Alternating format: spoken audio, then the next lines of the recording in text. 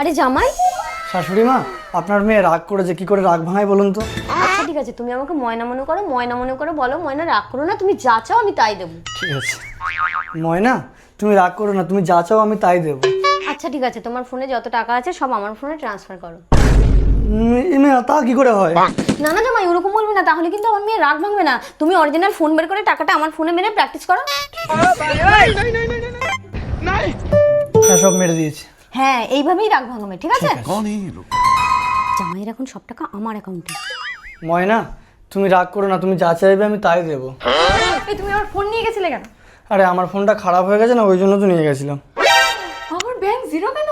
আরে তোমার মায়ের সঙ্গে তোমার রাগ ভাঙানো অভিনয় করতে গিয়ে সব টাকা তোমার মায়ের ফোনে মেরে দিয়েছি। কি?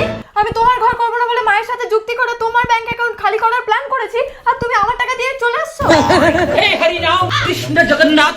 মা, বাবা, মা কোথায়? আরে তোর মাকে জামাই কি টাকা মেরে দিয়েছি, সেই টাকা পেয়ে তোর মা সংসার ছেড়ে দিয়ে পালিয়ে তুমি কোথায় গো? যেমন মায়ের তেমন মেয়ে।